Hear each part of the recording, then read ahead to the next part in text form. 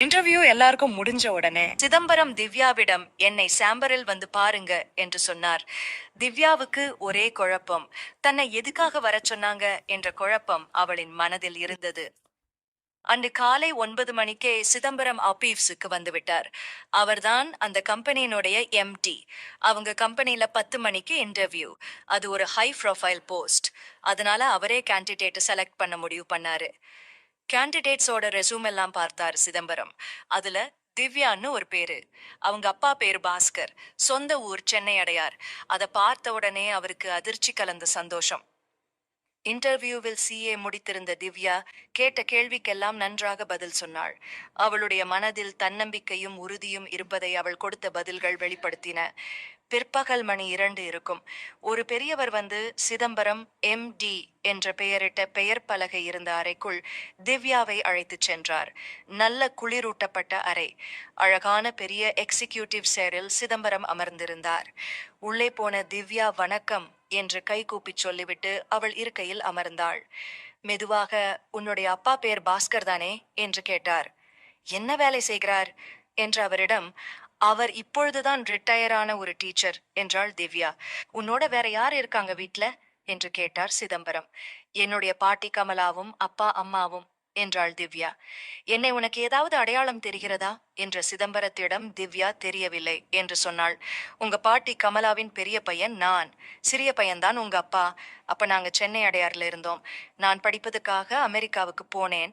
அதுக்கு பிறகு உங்க பாட்டியோடவும் என்னோட தம்பியோடவும் இருந்த உறவு இந்த 20 வருடத்துல அப்படியே விட்டு போயிடுது. அங்கிருந்து நான் உங்க அப்பாவுக்கு போட்ட கடிதம் எல்லாம் அவருக்கு போய் சேர்ந்ததாக தெரியலை. நான் அமெரிக்காவில் இருந்து திரும்பி 2 வருடம் ஆகிறது. அந்த அடையார் வீட்டுக்கு போய் பார்த்தா அங்க உங்களை காணோம். யார் யாரையோ கேட்டேன். ஒரு பயனும் இல்ல. அங்க போய் சம்பாதிச்சு வந்த பணத்துல தான் இந்த கம்பெனியை இங்க கும்பகோணத்துல ஆரம்பிச்சேன். ரொம்ப நாளா அம்மாவையும் தம்பியையும் பார்க்க முடியாம வேதனைப்பட்டேன். பார்க்க முடியுமா என்ற கவலையில இருந்தேன். இன்னைக்கு காலை உன் அப்ளிகேஷன்ல உங்க அப்பா பேரை பார்த்த உடனே அதை உறுதிப்படுத்தி கொள்ளத்தான் உன்னை இங்க வரச் சொன்னேன். இங்கு உனக்கு வேலை செய்ய விருப்பமா என்று கேட்ட அவரிடம், விருப்பம்தான் சார் என்று தலையாட்டினாள். சார் என்று சொல்லாதே, பெரியப்பான்னு சொல்லு. எனக்கு குழந்தை குட்டி எதுவுமே இல்லை. அமெரிக்காவில் நான் கல்யாணம் பண்ணி கொண்ட பெண் இறந்த பிறகு மனசுல நிம்மதி போயிடுது. என்னால அங்க இருக்க முடியல. அதனால இங்க வந்துட்டேன். என்கிட்ட பணம் இருந்தாலும் எனக்கென்று ஒரு உறவும் இல்லை. என்னை சுத்தி இருக்கும் கூட்டம் எல்லாம் என்னுடைய பணத்திற்காக மட்டும்தான் இருக்குன்னு எனக்கு தெரியும். இப்பொழுது எனக்கு நான் இழந்த உறவெல்லாம் கிடைச்சிடுச்சு. அதற்கு நீதான் காரணம். நாளை முதல் நீதான் என்னோட பர்சனல் அசிஸ்டன்ட். கம்பெனியை நல்லா பாத்துக்கோ என்று சொல்லி வெளியே வந்து அவளை வழி அனுப்பி வைத்தார். சிதம்பரத்துக்கு நெடுநாள் தேடிக்கொண்டிருந்த உறவு இந்த இன்டர்வியூவால் கிடைத்துவிட்டது. அது அவருக்கு அதிக மகிழ்ச்சியை தந்தது.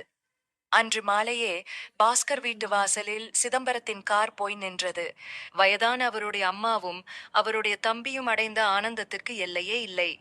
திவ்யாவுக்கும் இழந்த உறவு தன்னால் இணைந்த உறவு ஆனது குறித்து அளவில்லாத மகிழ்ச்சிதான். நமது வாழ்க்கை சஸ்பென்ஸ் நிறைந்தது என்பதை திவ்யா மட்டுமல்ல, சிதம்பரமும் உணர்ந்தார்.